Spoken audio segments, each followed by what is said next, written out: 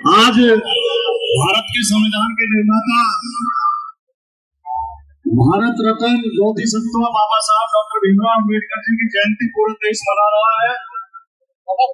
इस अवसर पर भाई राहुल ठाकर जी और उनकी पूरी टीम ने, भाई योगेश गौतम और सभी साथियों ने जो एक शानदार कार्यक्रम का आयोजन किया है,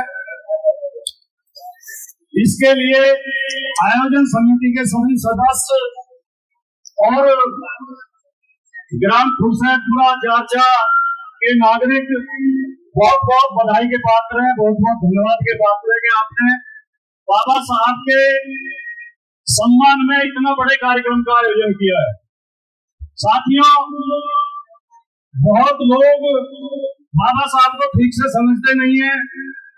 उन्हें खाली एक नेता के तौर पर या एक संविधान निर्माता के तौर पर या एक अपने आदर्श के तौर पर जानते हैं। लेकिन मैं बहुत जिम्मेदारी के साथ इतनी जनता के बीच में एक बात कहना चाहता हूँ कि बाबा साहब मानवता के पुजारी थे और बाबा साहब से बड़ा आदमी इस भारत देश के ज्ञात इतिहास में उनसे बड़ा आदमी दूसरा नहीं हुआ।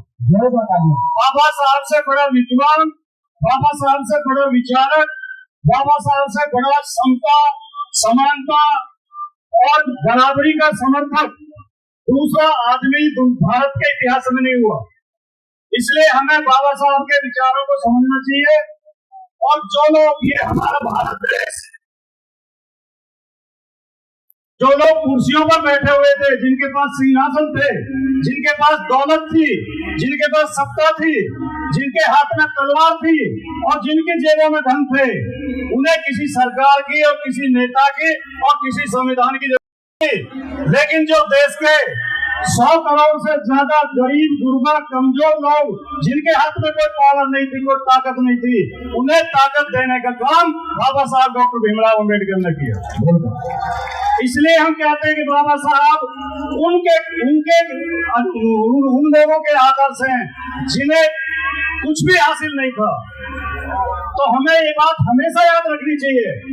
अगर आज हमें बराबरी में बैठने का अधिकार मिला है, अगर आज हमें शिक्षा मिली है, अगर आज हमें सरकारी नौकरियां मिल रही हैं, अगर आज सरकारों में हिस्सेदारी मिल रही है, तो ये भूलना नहीं चाहिए कि ये बाबा साहब की कृपा की वजह से मिल रही है, किसी भगवान की कृपा से नहीं मिल रही है या किसी और वजह से नहीं मिल रही है।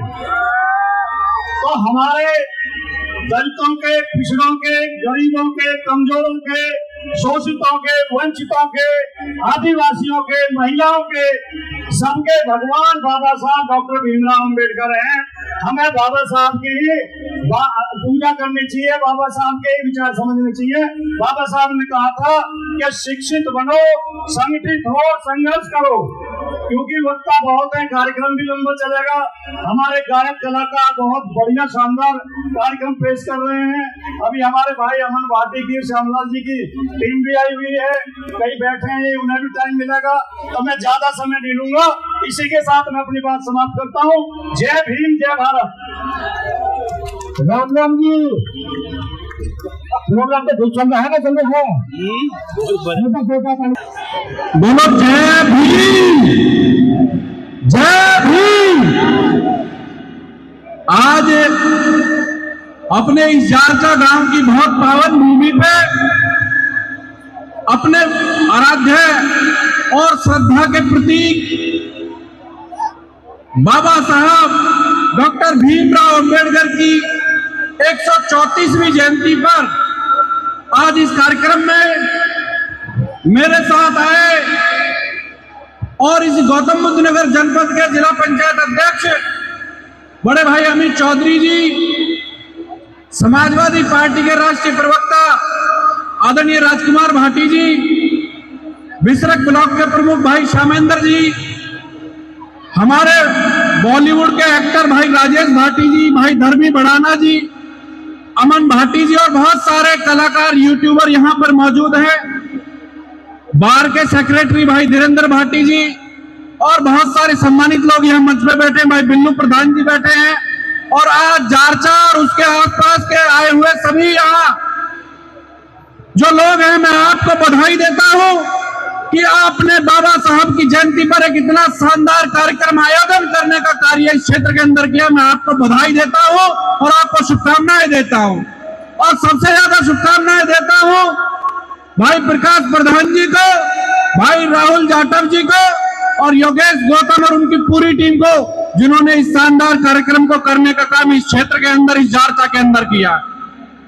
प्यारे बच्चों, युवा साथियों और हमारी मातृशक्ति के रूप में हमारी माताएं बहनें बड़ी अच्छी संख्या में बैठी हैं।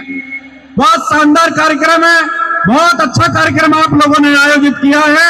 मैं पुनः आपको बधाई देता हूं और केवल इतनी बात कहता हूं क्योंकि आज भाषण का समय नहीं है। आज आप इस बाबा साहब की जयंती के कार्यक्रम को सब लोग आनंदित होकर पूरा आनंद इस कार्यक्रम का ले रहे हैं। केवल मैं आपसे इतना कहना चाहता हूं कि हमारे आधुनिक भारत के शिल्पकार और जिनकी वजह से हमारे संविधान में जो चीजें हमें मिली है उनकी प्रति आज सच्ची कृतज्ञता अर्पित करने का दिन है। इसलिए हमने बाबा साहब को आज के दिन पर उनको दिल की गहराइयों से, अंतःकरण से उनको प्रति कृतज्ञता अर्पित करते हुए और उनको इनकी 134वीं जयंती पर बहुत बधाई और शुभकामनाएं देते हुए और आप सबको इस शानदार कार्यक्रम के लिए शुभकामनाएं देते हुए अपनी बात समाप्त करता हूं। बहुत बहुत धन्यवाद। जय हिंद, जय भारत।